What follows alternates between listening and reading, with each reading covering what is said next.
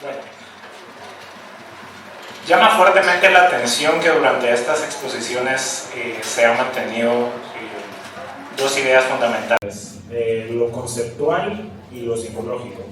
Vemos artículos como la decisión de Julio César del cruce del río Rubicón, los postulados liberales o libertarios respecto a las ideas que estuvieron presentes en Guatemala hace casi medio siglo y que manejan o bien una postura psicologista o una postura conceptual. Esas dos estructuras han manejado gran parte de la filosofía y parece que han estado en una querella constante en el que se oponen constantemente o bien o es conceptual o es psicológico subjetivo. Lo que yo planteo en mi artículo es tratar de encontrar o verificar si es posible una evolución natural de la filosofía del lenguaje tradicional de finales del siglo XIX hasta una filosofía de la mente que se mantiene aún vigente en algunas de las disciplinas científicas actuales.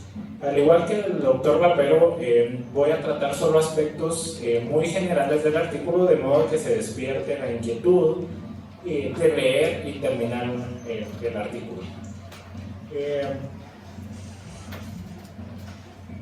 Uno de los grandes problemas que trata la filosofía de la mente es tratar de analizar y comprender el lenguaje que yace en los aspectos y parámetros psicológicos del individuo. Las expresiones se basan en pasiones, según Rousseau. En su ensayo sobre el origen de las lenguas, la palabra proviene por necesidad. O sea, partimos de la idea de que el lenguaje es por necesidad de expresión, no es una idea estructurada del lenguaje o un lenguaje lógico, sino es simplemente el impulso afectivo, el impulso necesario que siente el ser humano de expresarse. Asimismo, Rousseau señala el despliegue del aspecto biológico a un segundo plano, resaltando más el aspecto psicológico.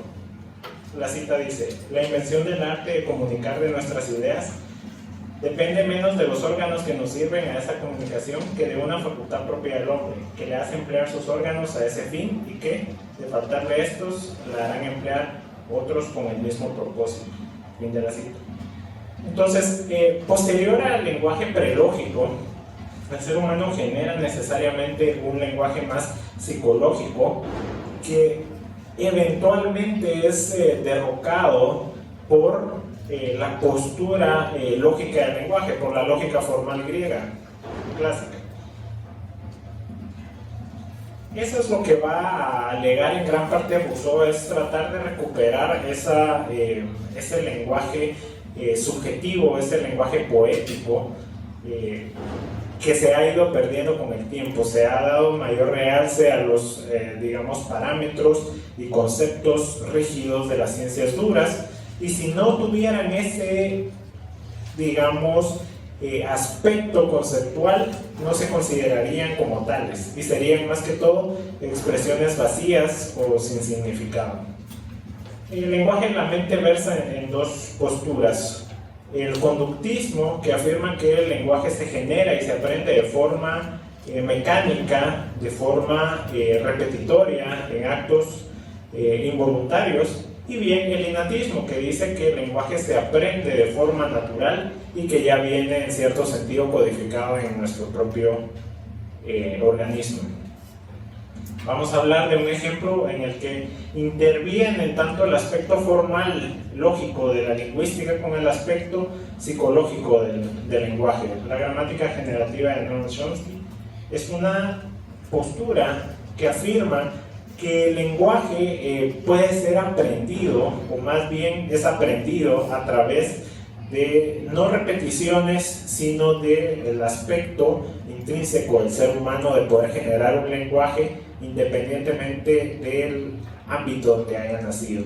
Gran parte de la gramática generativa se basa en la postura de que podemos reconocer estructuras gramaticales independientemente de conocer el significado de cada una de sus unidades. Entonces, por ejemplo, en el clásico oración que propone Chomsky en su estudio de ideas verdes incoloras duermen furiosamente, nosotros podemos reconocer cada una de esas unidades independientemente de que sean contradictorias o que carezcan de sentido en la estructura gramatical. Entonces no dependemos tanto de estructuras fijas y de comportamientos repetitorios para generar un lenguaje, sino dependemos más de una intuición. Asimismo podemos tomar ese mismo lenguaje y modificarlo, podemos permutarlo, podemos acortarlo, y eso no es enseñable, eso no se aprende. Literalmente nosotros lo tenemos ya codificado, es la postura que maneja Noam Chomsky para lo que propone reglas sintácticas, reglas semánticas, fonéticas y morfológicas del lenguaje que van a tratar de unificar los aspectos psicológicos dentro de una estructura fija de aprendizaje. Por otro lado, en el positivismo lógico podemos ver cómo ese exacerbado deseo de manejar y mantener un lenguaje completamente lógico, demostrable y verificable a través de la ciencia, tuvo que necesariamente evolucionar a algo más que no fuera solo el aspecto lógico del lenguaje. Vamos a ver que va a pasar necesariamente a un aspecto psicológico y a un aspecto más psíquico en términos de mentalidad. Por ejemplo, el autor Alexius Myonin afirma básicamente gran parte del problema del lenguaje en términos de filosofía se refiere a la correspondencia. Si hay correspondencia entre el término y la realidad, pues no hay problema, podemos comprenderlo porque podemos verificar lo que está frente a nosotros a través de nuestros propios sentidos. Sin embargo, no siempre existe un referente o no siempre podemos comprender el referente que está frente a nosotros. Más bien necesitamos de elementos auxiliares para lograr comprenderlo y que no siempre esos elementos auxiliares van a ser medibles.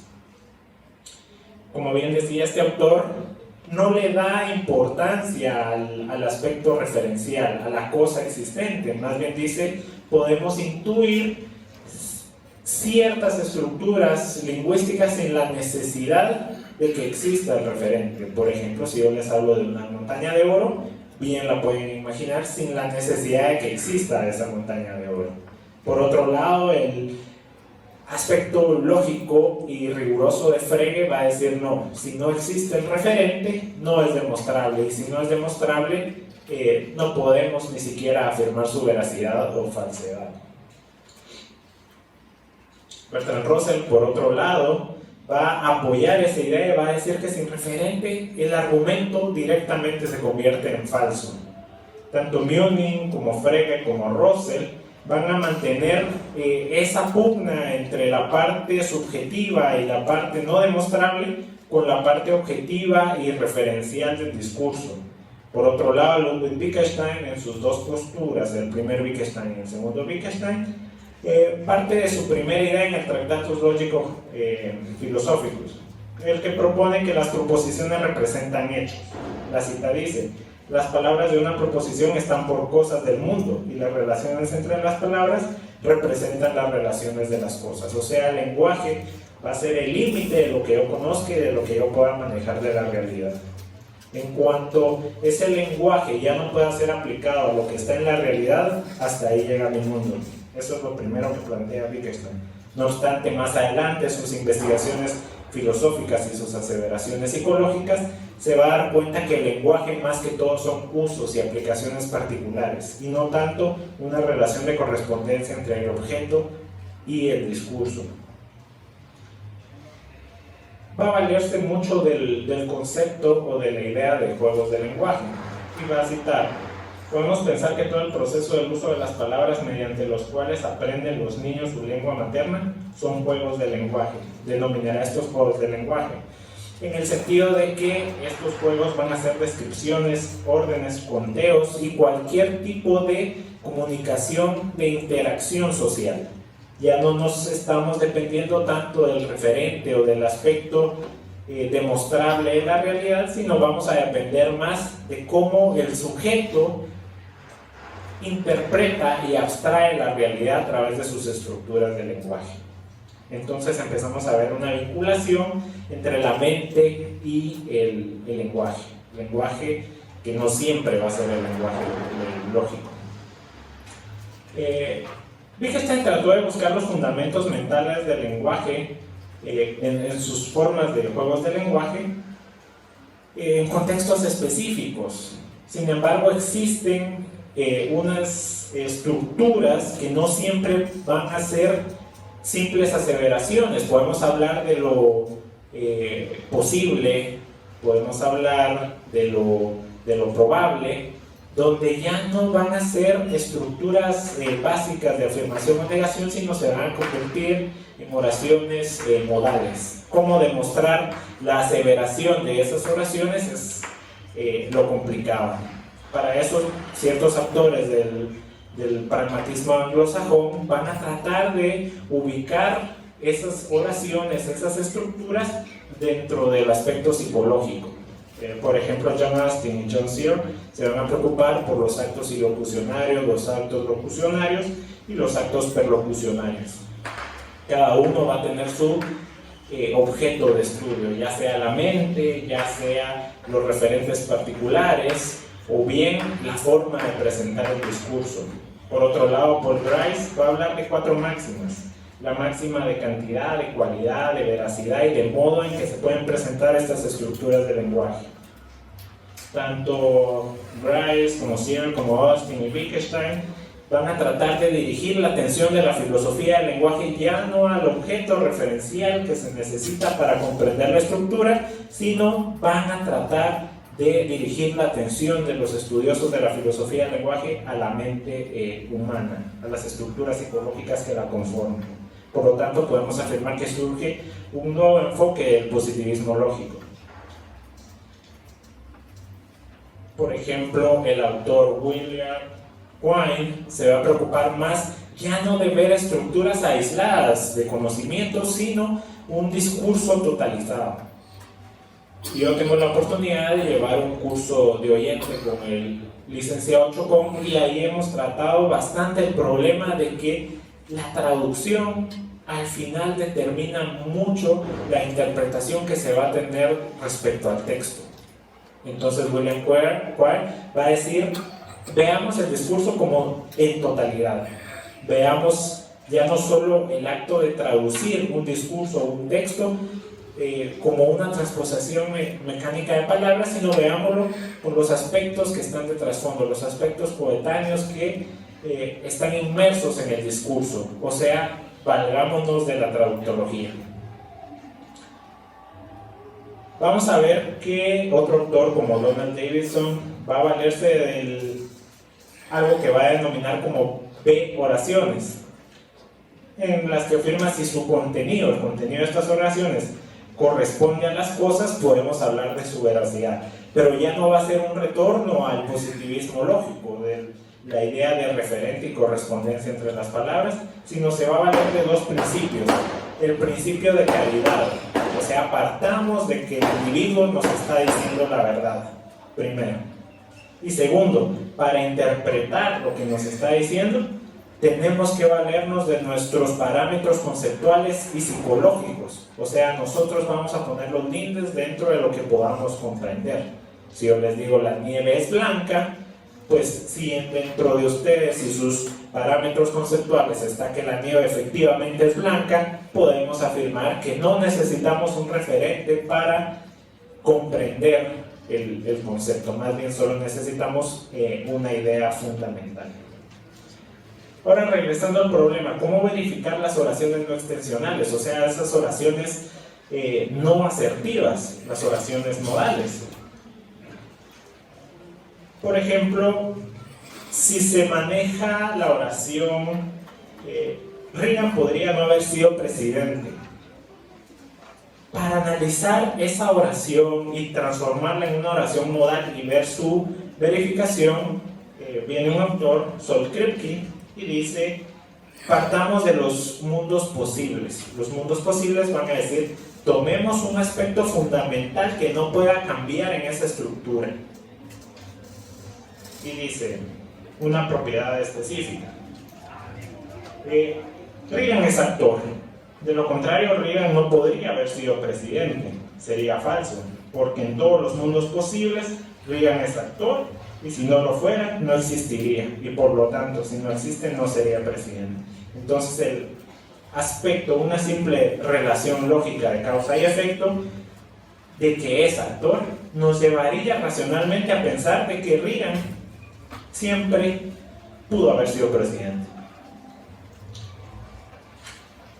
Finalmente, un gran problema dentro del discurso ya no se va a referir nada más al objeto y la correspondencia o bien el psicologismo que está de trasfondo, sino más bien a la intencionalidad que se maneja en el discurso y la intencionalidad que va a presentar cada persona. Sin embargo, vamos a encontrar que existen elementos medibles y elementos clasificables para poder estructurar parámetros generales para validar ese tipo de oraciones. Por ejemplo, la intención desde un aspecto general, podemos decir que es la voluntad o bien el fin a lo que se está ocupando en ese caso. Por otro lado, dentro del ámbito de la filosofía existen dos vertientes. La intención como actos interiores del alma desde una postura idealista, o bien la intención de la fenomenología de Husserl como actos referidos a un objeto de términos en referencia. Por último, el psicólogo Roderick Chilson va a hablar de la intencionalidad en términos de que son estados psicológicos de los que nos podemos valer para comprender la veracidad de un argumento. Por ejemplo, la veracidad de un enunciado es independiente de la existencia. O sea, ahí monta toda la premisa fundamental del positivismo lógico. Si yo les hablo del ave fénix, independientemente de que exista o no esa ave mitológica, ustedes pueden comprender el concepto. Ahora bien, la verdad de un enunciado compuesto no depende de sus partes.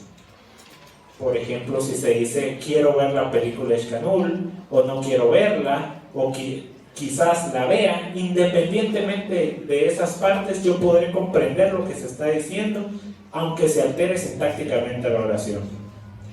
Finalmente, el enunciado puede cambiar de valor, de veracidad, si analizamos el aspecto psicológico de la persona, en términos del conocimiento que él pueda manejar.